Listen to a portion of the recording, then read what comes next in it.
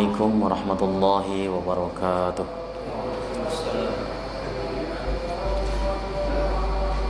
Innal hamdalillah nahmaduhu wa nasta'inuhu wa nastaghfiruh wa na'udzu billahi min shururi anfusina wa min sayyiati a'malina.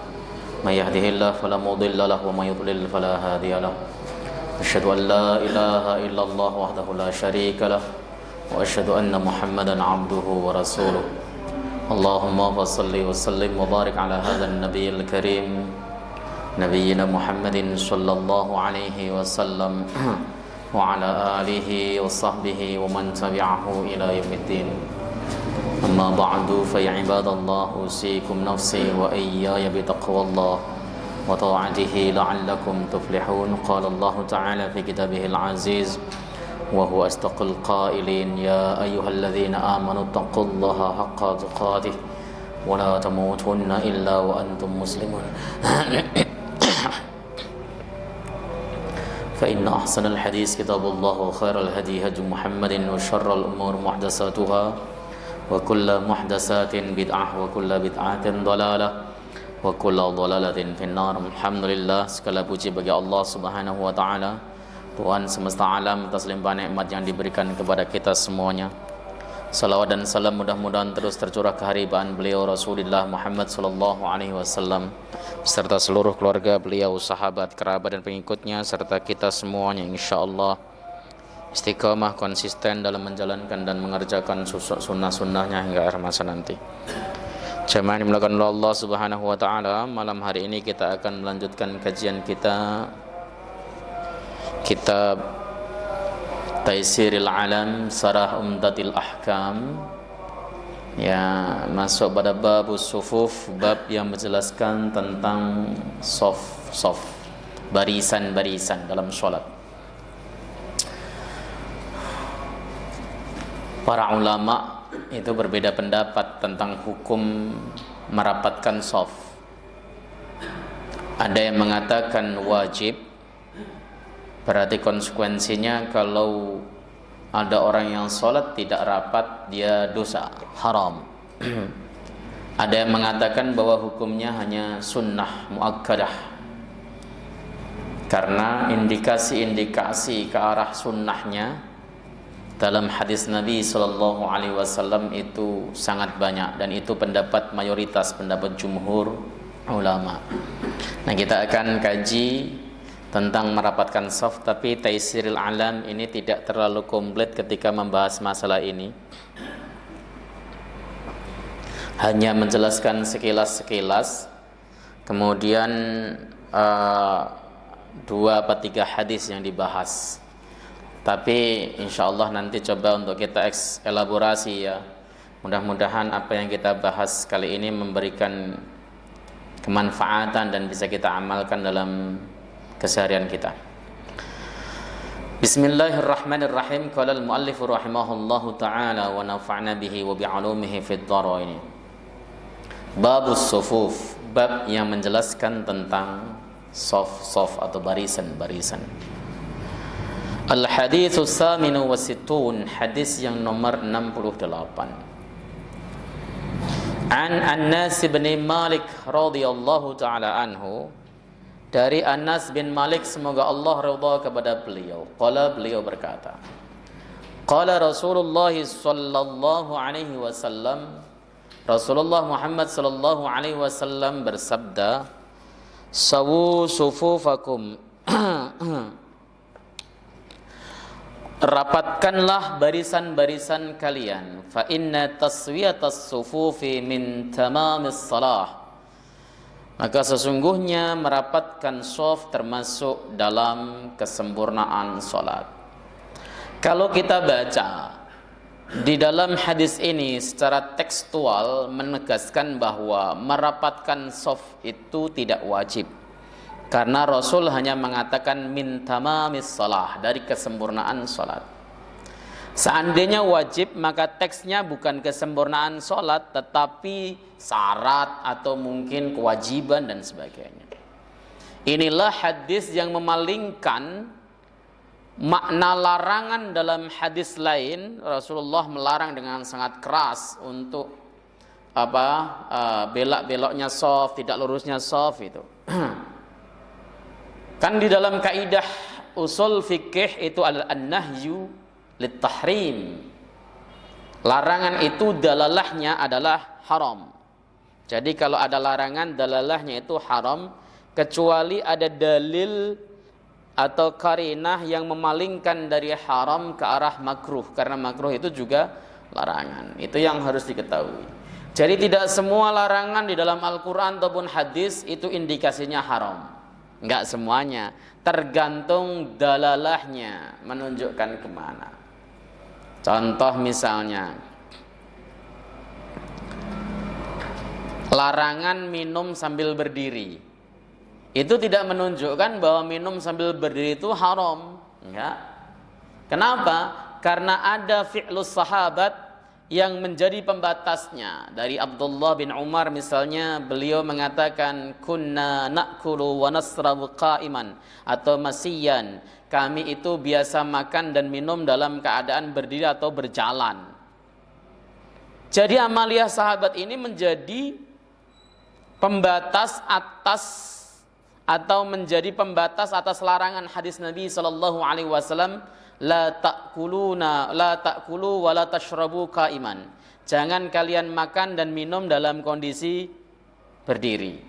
Jadi tidak semua larangan ya. Jadi kita itu biasanya kalau ada larangannya pokoknya haram gitu kan. Tidak, itulah perlunya ilmu usul fikih. Ya, kalau kita tidak tahu usul fikih maka semua larangannya dianggap haram, semua perintah dianggap wajib. Begitu.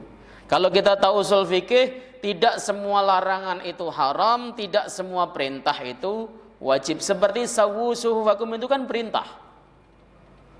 Kalau kita gunakan kaidahnya semua perintah dalalahnya wajib, maka merapatkan shaf itu adalah wajib. Nah, inilah nanti para ulama juga berbeda pendapat. Yang disebut merapatkan shaf itu seperti apa? Apakah merapatkan shaf itu harus kemudian berdiri sampai rapat banget, sampai seperti orang yang desak-desakan begitu? Ataukah merapatkan shaf itu cukup bersentuhan meskipun tipis? Ataukah merapatkan shaf itu adalah yang penting rapat meskipun tidak bersentuhan? Itu dibahas panjang lebar oleh para fuqaha, oleh 4 madhab. Jadi kita tidak bisa mengklaim bahwa satu pendapat yang kita pegang ini adalah otoritas dari penafsiran tunggal atas hadis Nabi Sallallahu Alaihi Wasallam. Tidak bisa. Makanya saya bilang untuk dalam merapatkan shaf ini antum perlu baca kitab namanya Al-Hawi lil Fatawi karangan Al-Hafidh As-Suyuti. Di juz pertama itu dijelaskan tentang masalah merapatkan shaf. Jumhur ulama, mayoritas ulama berpendapat yang namanya merapatkan shaf itu yang penting posisinya rapat meskipun tidak bersentuhan. Itu jumhur pendapatnya. Loh, dalilnya gimana jumhur? Kan jelas hadis Nabi SAW, sehingga kami melihat salah satu di antara kami menempelkan mata kaki kami, kemudian menempelkan pundak pundak kami. Hah? Bahu-bahu kami. Oke. Kalau kita hanya pegang hadis itu lah iya, tetapi dalam Sunan Abu Dawud itu diterangkan. Dalam redaksi Sunan Abu Dawud itu hingga ditempelkan menempellah belikat-belikatnya dan lutut-lututnya. Bagaimana cara menempelkan lutut? Cara menempelkan lutut bagaimana? Mungkin enggak? Tidak mungkin. Makanya kata menempelkan itu diartikan secara majaz, bukan secara hakiki. Bukan nempel benar, tapi lurus seakan-akan itu menjadi satu kesatuan, saking lurusnya. Ini yang dipahami oleh jumhur. Ibnu Hajar termasuk di dalamnya yang memahami begitu. Maka kata teman saya, beliau mengatakan, alhamdulillah, kata teman saya ini seorang pakar fikih, dia itu pakar fikih dan pakar hadis. Dia mengatakan setelah ada pandemi itu banyak masjid yang memberlakukan rapat shaf ala jumhur. Jumhur berarti ada pendapat-pendapat lain, ada. yaitu merapatkan shaf harus bersentuhan. Ya. Bahu ketemu bahu, kaki ketemu kaki. Persoalannya di dalam redaksi hadis yang bahu ketemu bahu itu, mata kaki harus menempel dengan mata kaki. Bagaimana caranya? Ada beberapa kaki yang memang bisa, tapi itu jarang. Jadi ada beberapa kaki yang memang ketika mata kaki itu berdempetan bisa nempel. Tapi kalau kaki kita normal seperti yang Bapak punyai itu sulit untuk ditempelkan. Karena sebelum mata kakinya menempel, itu betisnya itu sudah kena duluan. Nanti coba dipraktekkan kalau nggak percaya. Maka penafsiran merapatkan shaf itu menurut ulama berbeda-beda. Dan insya Allah karena mereka semua berdasarkan dalil, mereka berada pada jalan yang benar semuanya. Yang salah adalah yang merenggangkan shaf. Baca kitab misalnya Al-Fiqhu ala Madzahibil Arba'ah, fikih menurut 4 madhab.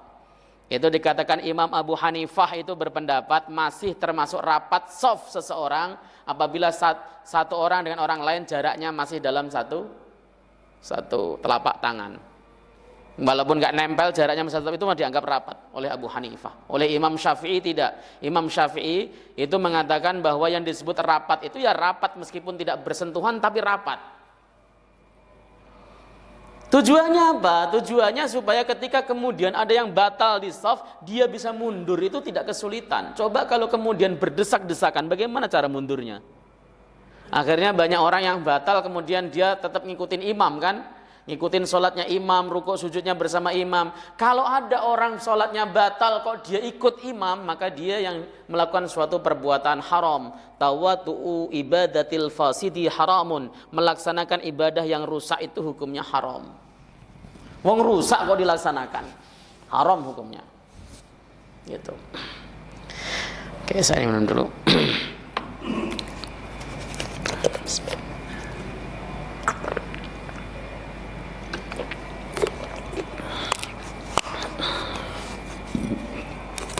Jadi kata sawu sufufakum itu sendiri penafsirannya ternyata banyak sekali. Makanya sering saya bicara toh Pak. Hadis atau Al-Quran yang tidak memiliki makna qat'iyud dalalah, dalilnya qat'i, hanya menunjuk satu makna, itu sah untuk didebatkan, untuk diperselisihkan. Namanya dalam istilah usul fikih disebut dhanniyud dalalah, dalilnya itu dhanni. Dalil dhanni itu bisa dipahami macam-macam. Itu namanya dalil dhanni dan itu biasa dalam fikih. Namanya fikih itu pasti berbeda. Kalau tidak berbeda itu namanya syariat. Syariatnya begini misalnya, daging babi haram, mudah nggak ada perbedaan. Oke, tapi kalau sudah bahasan fikih itu berbeda. Oke, saya baca dulu.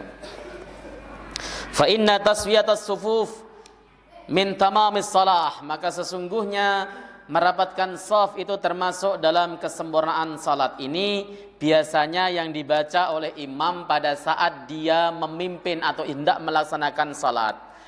Imam membaca seperti ini hukumnya sunnah.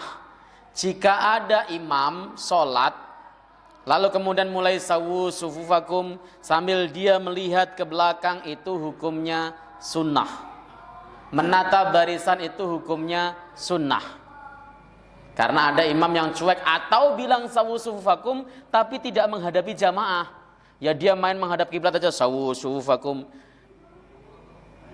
Tujuan bicara sawu sufufakum itu merapatkan shaf, mengatur barisan. Kalau ada shaf yang masih ada renggangannya, ada celahnya, itu diisi. Kalau ada shaf yang kemudian belok-belok, diluruskan. Itu tujuan untuk merapatkan atau instruksi seorang imam bilang sawu sufufakum. Bukan hanya sekedar formalitas yang penting ada, itu salah. Itu pemahaman yang keliru. Ya.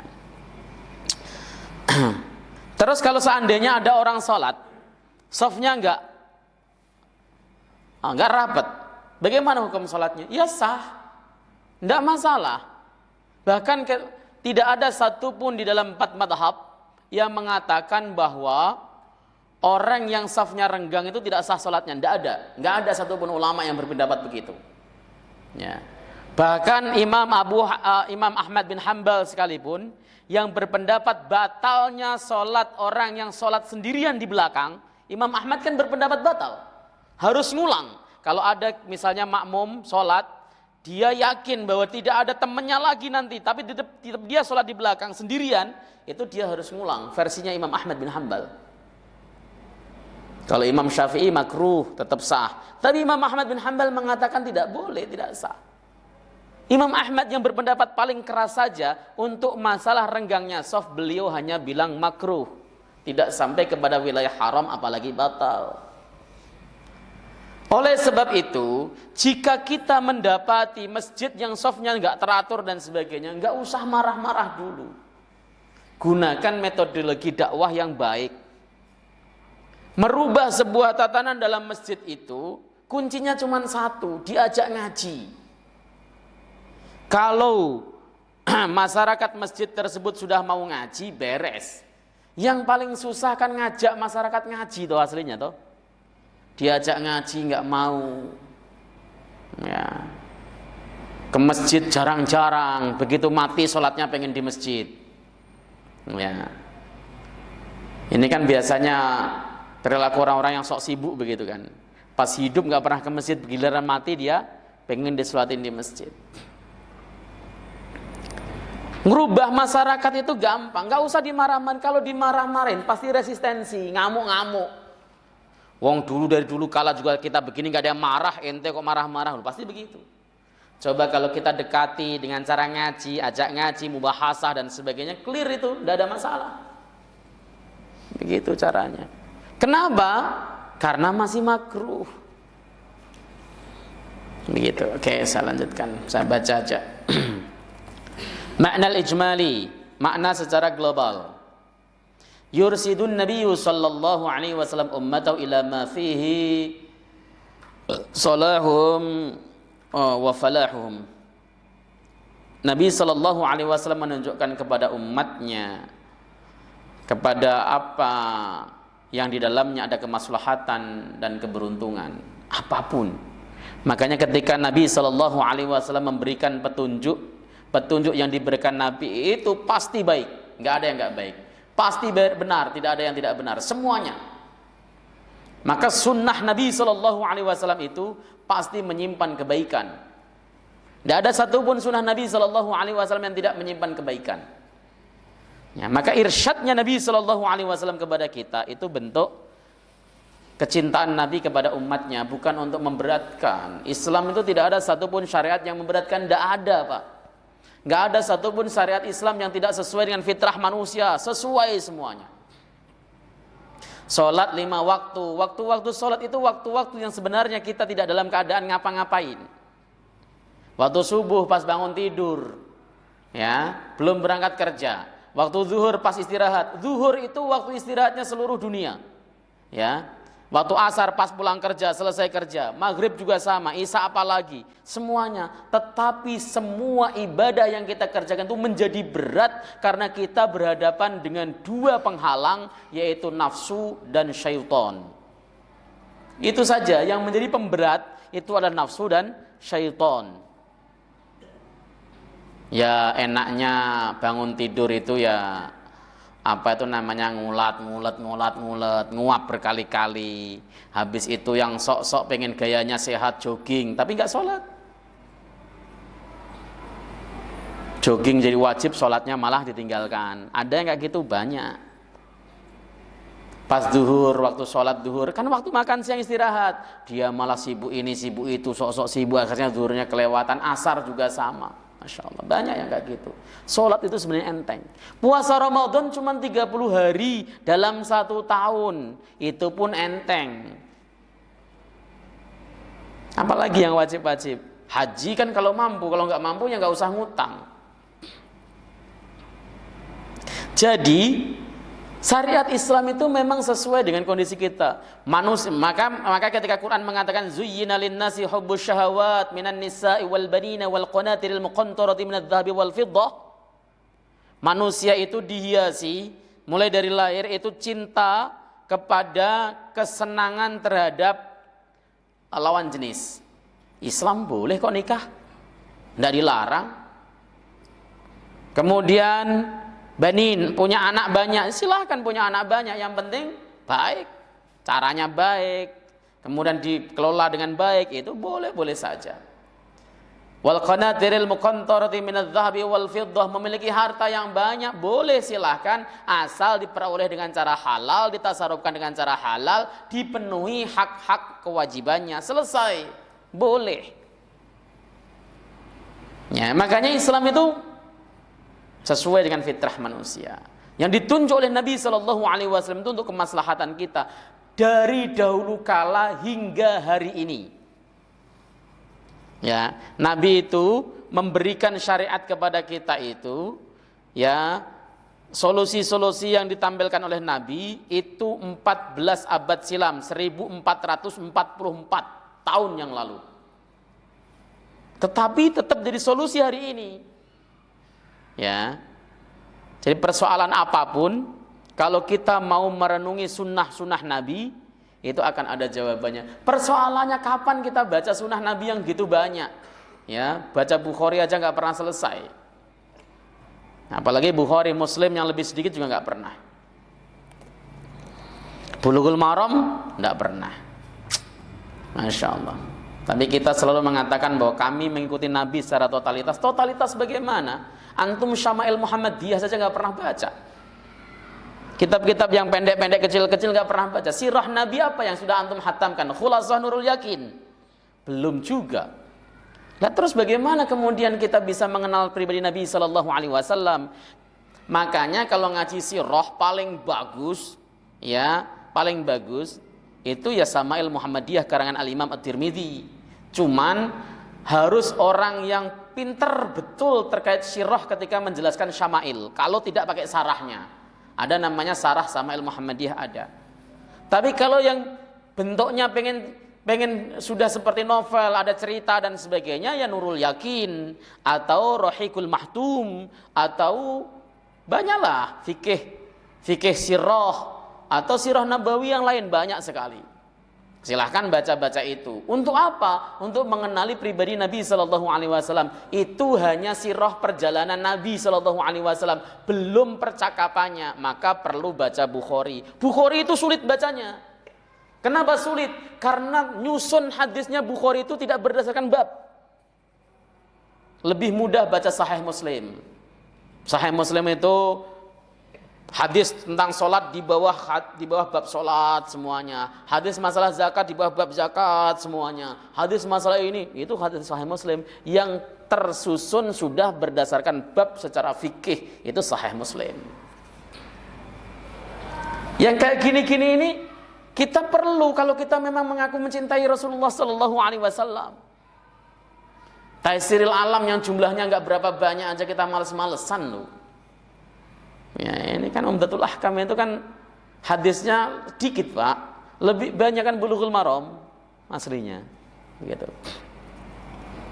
Oke. Fahuwa huna ya'muruhum bi an yusawwu sufufahum. Dan itu petunjuk Nabi di sini adalah beliau memerintahkan para sahabat radhiyallahu taala anhum ajmain untuk meluruskan saf-saf mereka. Saf saja diatur dalam Islam. Saya pernah berpikir, ada nggak persoalan hal yang di dalam Islam itu tidak diatur detail? Nggak ada Pak. Keseharian kita diatur detail oleh Islam. Ya, masuk toilet saja diatur, keluar toilet aja diatur, tata cara tidur aja diatur, ya, tata cara makan diatur, maaf, tata cara bersetubuh diatur, tata cara apa lagi yang nggak diatur? Adab bertetangga diatur, adab orang tua terhadap anaknya diatur, adab anak kepada orang tuanya diatur, adab seorang yang lebih muda kepada orang yang tua diatur, adab orang tua terhadap yang lebih muda diatur semuanya. Nggak ada satupun celah di dalam Islam yang tidak ada aturannya. Itu pun para ulama masih berkata begini berdasarkan hadis Nabi Shallallahu Alaihi Wasallam, jika Anda melihat suatu persoalan di zaman sekarang tidak ada aturannya pada masa Nabi Shallallahu Alaihi Wasallam, nggak didapati dalam Al-Quran secara sharih ataupun dalam hadis Nabi Shallallahu Alaihi Wasallam, maka diberlakukan qiyas. Syekh Abdul Wahab Khalaf di dalam bukunya, di dalam kitabnya Usul Fikih, beliau menafsirkan kata wa in tanaza'tum fi syai'in farudduhu ilallahi wa rasulih, maka apabila kalian bertentangan dalam suatu persoalan, ya, maka kembalikanlah kepada Al-Qur'an, ya, kepada Allah dan Rasulnya, dan kepada sunnah Nabi Sallallahu Alaihi Wasallam. Maksudnya itu kepada kias, kata Syekh Abdul Wahab Khalaf. Kenapa? Adanya perselisihan itu karena nggak ada dalil yang jelas membicarakan itu dalam Al-Quran dan hadis. Maka terjadi perselisihan. Apa contohnya? Apa contohnya kira-kira? Yang terjadi perselisihan yang tidak ada di zaman Nabi Sallallahu Alaihi Wasallam dan dia selesai dengan kias. Apa contohnya? Ada yang bisa nyebutin contohnya? Ya narkoba, gampang kan? Kalau tanya narkoba itu haram apa halal, ya haram. Dalilnya Quran nggak ada, hadis nggak ada, kias dimainkan. Ya seperti itu. Atau gini. Pala itu para ulama beda pendapat. Ada yang menghukumi mutlak haram karena dia memabukkan, ada yang memperbolehkan kalau untuk bumbu masak. Ulama-ulama Saudi Arabia itu mengharamkan secara mutlak. Jadi kalau antum sedang ke puncak beli manisan pala, kalau taklidnya sama Lajnah Daimah lil Buhus Islamiyah, maka hukumnya haram. Ulama-ulama Mesir itu memperbolehkan jika untuk bumbu, maka kemudian ketika ada masakan dicampur pala itu boleh. Tapi saya nggak tahu apakah fatwanya boleh untuk manisan apa enggak. Tapi kalau untuk bumbu boleh, gitu kan. Kemudian ada yang nanya, Ustadz kalau begitu ganja juga boleh? Oh enggak bisa, saya nggak bisa untuk menentukan hukum yang tidak dijelaskan secara tegas karena saya bukan mufti, saya bilang gitu. Loh kan sama Ustadz, sama-sama begitu. Itu namanya ilhaq. Ilhaq itu menyamakan hukum dari kaul ulama itu lebih sulit daripada kias. Tanya aja sama ulama yang jadi mufti. Kalau saya kan bukan mufti, jadi kalau ada fatwanya saya baca, kalau nggak ada fatwanya ya tanya aja sendiri sama mufti. Kalau di majelis ulama itu namanya ada Komisi Fatwa Majelis Ulama Indonesia. Kalau di NU ada namanya Lajnah Bahsul Masail. Kalau di Muhammadiyah namanya ada Majelis Tarjih. Kalau kemudian di Persis ada namanya Dewan Hisbah. Oh macam-macam. Kalau di Mesir itu namanya Darul Ifta Al-Misriyah. Kalau di Saudi namanya Lajnah Daimah lil Buhus Islamiyah. Masing-masing silakan tanya, bebas. Sekarang itu kita bisa kadang-kadang terkoneksi dengan para ulama-ulama hebat di Timur Tengah lewat Facebook. Mereka itu kalau ditanyain persoalan agama mau jawab. Itu hebatnya. Facebook itu salah satu manfaatnya itu begitu. Kita tanyain mereka persoalan agama mau jawab. Apalagi kalau kita kemudian memiliki nomor WhatsApp-nya, kita tanya agama pakai voice note, biasanya kalau pakai tulisan jarang dijawab. Itu dijawab. Oke.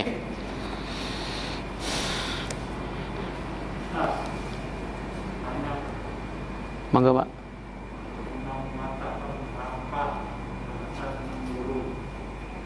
Rapatnya itu seperti apa, renggamnya itu seperti apa. Karena ada sahabat-sahabat renggamnya itu begini. Kalau rapatnya itu betul-betul rapat, letak kaki bersentuhan, bukan berlebihan, bukan, tapi bersentuhan, sehingga bahu pun bersentuhan. Baik. Tadi di awal sudah saya jelaskan, tapi saya ulang lagi.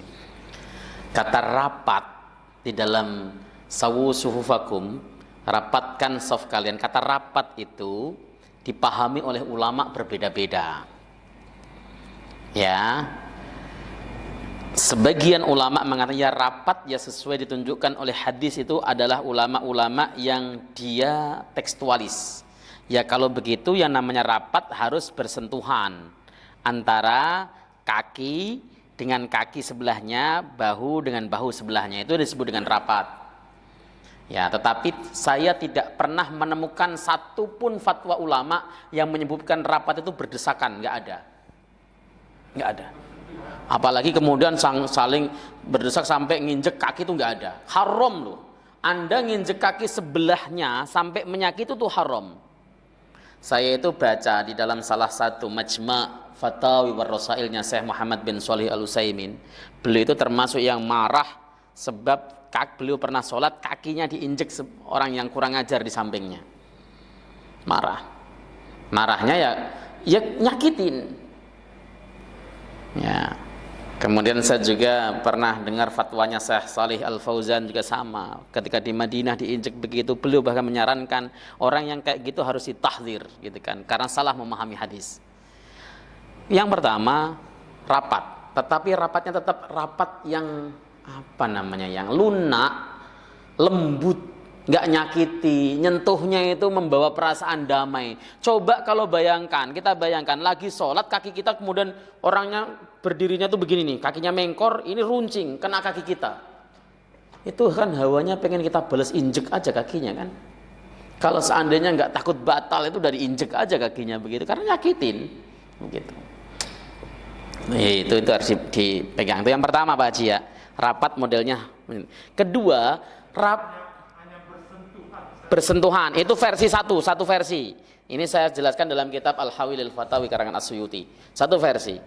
Yang kedua, pendapat mayoritas itu rapat itu tanpa menyentuh. Yang penting rapat tapi tidak ada bersentuhan. Loh, memahami hadis yang mengatakan rapat bagaimana? Hatta ra'aitu ahaduna gitu kan, sehingga aku hatta ra'aitu ahadana, sehingga aku melihat salah satu di antara kami merapatkan kaki dan mata kaki dan bahunya atau pundaknya. Bagaimana cara memahami itu? Ketika dikomparasikan dengan hadis Abu Dawud misalnya, yang mengatakan bahwa yang dirapatkan adalah belikat. Bagaimana cara menempelkan belikat? Yang kedua lutut. Bagaimana cara menempelkan lutut? Maka kata rapat di situ dipahami sebagai majaz. Artinya orang yang sholat dalam satu barisan itu lurus seperti satu barisan yang rapat. Seakan-akan menempel. Itu pemahaman dari Ibnu Hajar Al-Asqalani.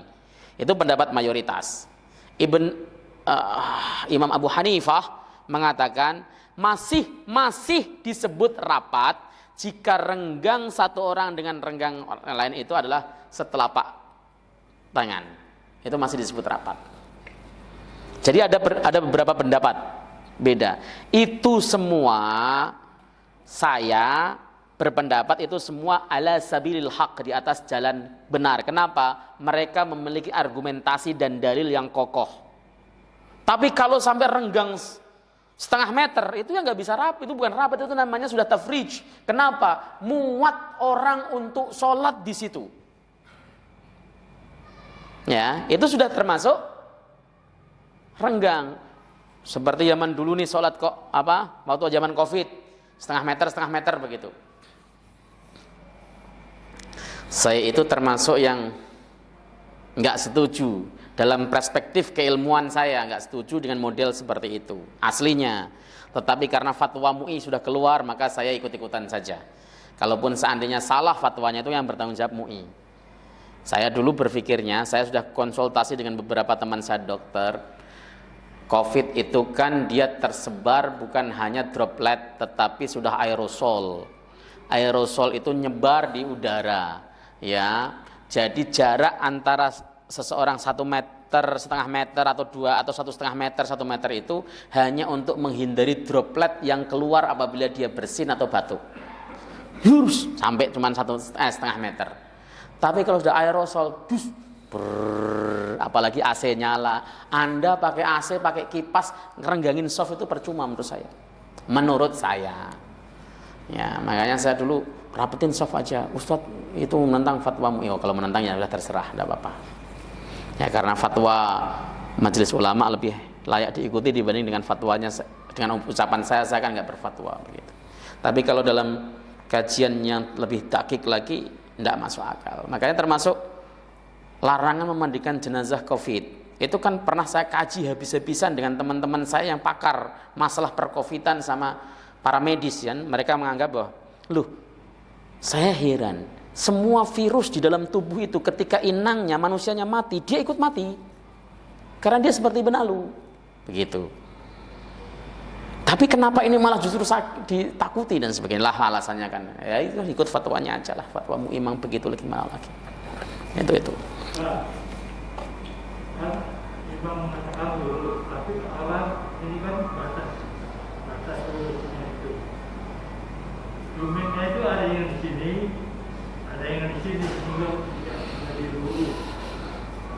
Ya, makanya imam kalau tahu seperti itu dia ngomong, mohon garis kuning yang ada di sajadah adalah batas tumit. Jadi tumitnya bukan ujung jari ya, tumitnya yang dijadikan patokan. Tumit semua harus di atas garis kuning. Jangan melebihi seperti itu. Ya, karena memang ada begitu. Kalau zaman Nabi Shallallahu Alaihi Wasallam itu inspeksi barisan memang betul-betul ketat karena nggak ada sajadah, harus lurus. Sayyidina Umar bin Khattab juga begitu, lurus harus. Ya, jadi beliau tidak akan pernah memulai sholat sebelum betul-betul lurus. Sekarang lebih mudah, kenapa? Ada sajadah. Tetapi juga tetap banyak yang kakinya ada yang ke belakang. Karena dia pikir yang disamakan adalah ujung jari, bukan tumit. Padahal patokannya ada di tumit, bukan di ujung jari. Oke, saya rasa begitu. Terkait dengan masalah soft ini, Ustaz. Jadi bagaimana kalau kita menyusun soft?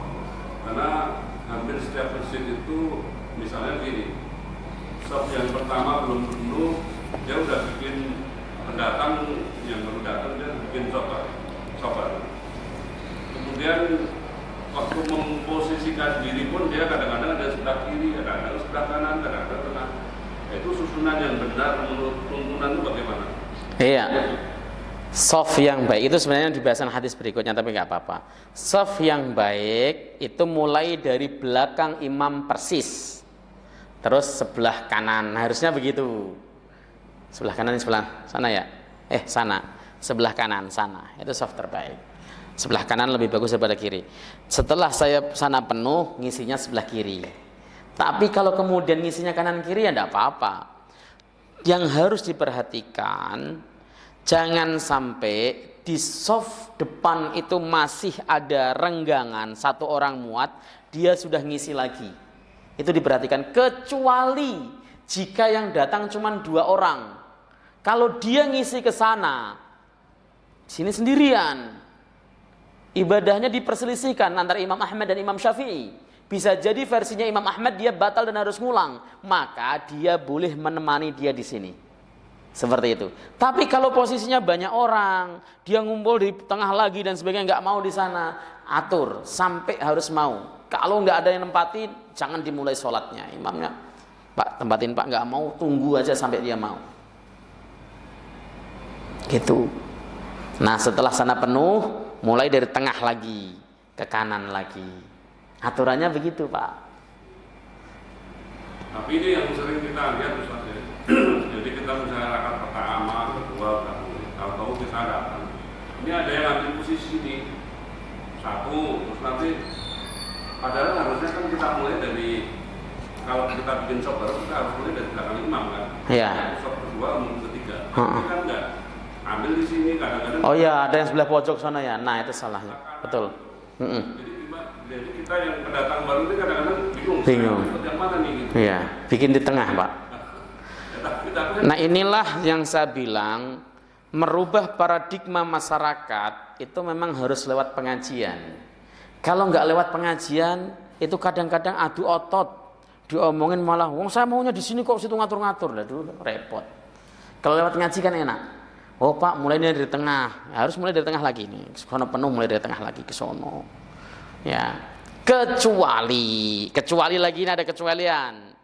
Masjidnya itu penuh, nggak ada tempat lagi, nggak ada luar-luar. Di depan situ ada pintu. Kalau dia ngisi ke tengah dulu, yang sono nggak bisa diisi karena ketutupan jamaahnya di depan pintu. Maka dia boleh ngisi dulu di sebelah kanan atau kirinya, kanan dulu, terutama di kanan dulu. Seperti itu. Karena kan ada masjid yang minimalis sekali, kecil, kemudian ketika penuh, ada yang berdiri di depan pintu lah, yang ngisi mau kanan kirinya siapa ketika ditutup pintunya seperti itu, ada. Seperti itu ya. Yang kedua, sholat di balik tiang atau di luar pagar, ini maksudnya apa namanya? Ini apa namanya ini? Tembok ini ya, pembatas. Kalau masjid utamanya masih penuh, itu makruh. Para ulama itu nggak suka. Imam Malik nggak suka. Sholat. Jadi kalau orang kan ada yang memahami, oh ini lurusannya ke sana masih soft satu, enggak kata siapa? Udah kehalang tembok. Nah gitu, itu ngatur soft itu seperti itu. Dan banyak masjid-masjid yang modelnya begitu. Apalagi mohon maaf, kalau samping sana tidak termasuk bagian daripada masjid, sholatnya bisa nggak sah. Ya, makanya kan kalau misalnya nih luar itu tidak termasuk masjid, sholat karena ini AC ditutup rapat begini, sholatnya yang di luar nggak sah semuanya. Kalau bukan bagian dari masjid harus dibuka. Kecuali masjid ya, masjid itu mau di apa atau dibatasi apapun, disekat-sekat kayak di Saudi Arabia di Masjidil Haram, silahkan. Tapi kalau bukan masjid tidak boleh. Ya, itu ada di bahasan kitab-kitab fikih yang mutawwalat, itu banyak sekali bahasan tentang itu. Cuman kenapa kok kita nggak ngerti? Pertama, banyak pengurus masjid yang nggak paham fikih. Yang kedua, banyak jamaah yang nggak ngerti fikih, nggak komplain, nggak komplain, malah di sini baru 2 shop ngisinya sebelah sono misalnya, ada yang masjid kayak gitu. Nah itu yang nggak boleh, Pak. Memang harus ngaji, Pak. Gitu. Lah kalau pengajian fikih jumlahnya baru sekitar 20 orang begini ya agak sedikit repot perubahannya. Nanti kalau pengajian fikih, orang itu lebih suka ceramah bebas, ya pengajian akbar dibanding dengan ngaji-ngaji fikih, ngaji-ngaji hadis. Kenapa? Karena dianggap ceramah bebas itu ya nggak ada konsekuensi apapun, ya pokoknya dengerin orang ceramah ngalor ngidul selesai. Mbak silakan. Jarak antara orang misalnya dia dirapati, tapi dia nggak perlu mau dirapati. Kalau merapatkan soft itu kuncinya adalah pada saat kita mau melaksanakan salat. Ya, itu diingat. Dan yang jadi tolak ukur kita itu adalah bau kita. Bau pundak ini, lebarnya pundak. Kaki juga renggangnya sejajar dengan pundak. Kalau kaki kita merenggang lebih lebar dari pundak, saya jamin rakaat kedua sudah renggang. Kalau dia bisa mepet, berdirinya kaki posisinya proporsional dengan pundaknya, pada rakaat kedua dia tidak akan merenggang. Jika kemudian ada posisi orang yang sudah kita rapetin, ternyata dia kok menghindar, nggak usah dicari-cari. Kita kehilangan satu nilai yang sangat penting dalam ibadah sholat kita, yaitu kekhusyuan. Hilang khusyuk kita. Kita mikirin kaki orang mulu masalahnya. Ya, nggak selesai-selesai. Jadi Ustaz, kalau kita merapat, begitu Allahu Akbar dan mulai sholat, yang merenggang. Ya biarin aja, karena versi Hanafi masih sah kok. Kalau kita setelah sujud, namun dari sujud kita merapat lagi, boleh. Karena memang mungkin dia nggak nyaman ketika dirapatin sama kaki kita, nggak nyaman. Kadang-kadang kaki kita kasar mungkin, ya. Saya termasuk orang yang kalau pas lagi dirapatin begitu itu biasa saja, tapi kalau kakinya itu runcing sehingga bikin aduh sakit gitu, itu juga nggak nyaman. Tapi kalau memang kakinya mulus dan sebagainya biasa aja, nyaman-nyaman saja. Tapi nggak nyaman ketika rapatnya itu sampai berdesekan. Saya itu pernah kanan kiri saya itu, sebelah kanan saya itu orang India, sebelah kiri saya itu adalah orang Suriah. Di masjid Indonesia itu digempet betul-betul rapat ketika tahiyat akhir, ya. Yang seorang Suriah karena Syafi'i mazhabnya, dia kemudian mengkor begitu. Tengah saya ini orang India Hanafi, tetap tahiyat awal iftiros. Waduh, ya pending saya. Ya seperti itu yang terjadi. Oke, cukup ya. Ustaz, Oh, saya lanjutin lagi. Pertanyaan belakang. Nanti udah, biarin aja. Silahkan Pak, orang sepuh saya hormati. Silahkan monggo. Kalau dia melanggar, kita tetap aja Biarin aja, tetap sholat kita. Kita konsentrasi kepada Allah Subhanahu wa taala. La ya juz. Ya, uskut. Yam. Ya, Akbarusin. Lebih tua dibanding dengan kita. Ya, silakan, Pak. kalau belum mulai sholat, dia melanggar, kita dapat lagi. Boleh kalau belum mulai sholat. Boleh, Pak. Boleh. Boleh. Memang untuk memulai sholat kita rapatkan shaf kita. Salah satu dakwah kita ya dengan mengatakan ayo rapatkan shaf itu, atau ngajak narik digeret atau dirangkul, itu namanya dakwah. Dakwah itu nggak usah diomongin. Kita misalnya pas lagi sholat kok dia kok jauhan, tarik supaya rapat, itu termasuk dakwah. Ya, nanti suruh ngaji jamaahnya supaya bisa dirapatkan dengan baik. Oke. Kayak nah, ada etika dan tata keramanya antara orang muda dan orang tua, Pak. Nggak boleh kita. Oke, lanjut kita sedikit.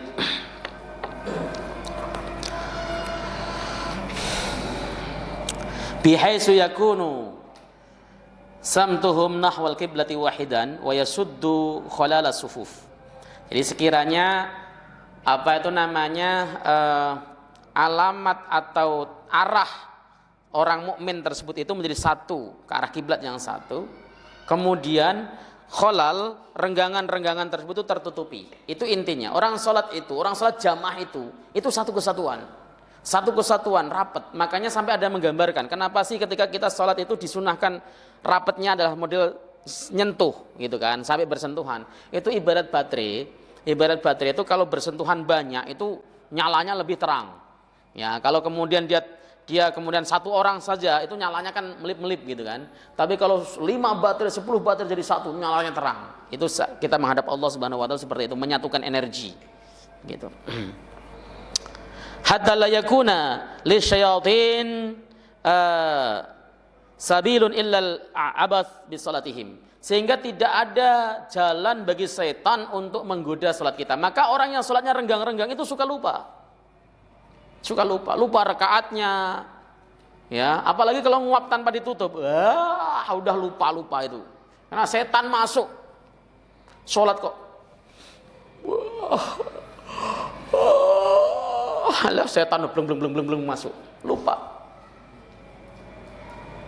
Sering kan antum lagi sholat, pikirannya kemana-mana, itu dipermainkan setan.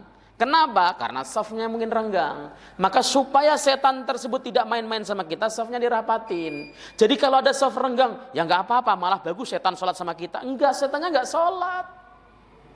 Ya, karena ada yang kemudian saf itu nggak usah rapat-rapat, renggang juga nggak apa-apa. Beruntung kalau memang setan mau sholat sama kita, setannya nggak sholat. Setannya itu menggoda kita digoda supaya nggak khusyuk, hilang kekhusyuan kita. Makanya ketika kita hilang kekhusyuan, kita lupa, kita suruh meludah ke kiri dengan baca auzubillah kan? Itu tujuannya supaya setannya pergi.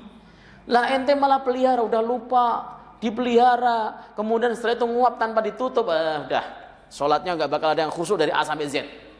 Tahu-tahu, lah kok udah assalamualaikum, kaget sendiri dia assalamualaikum itu. Kenapa? Saking lupanya. Oke.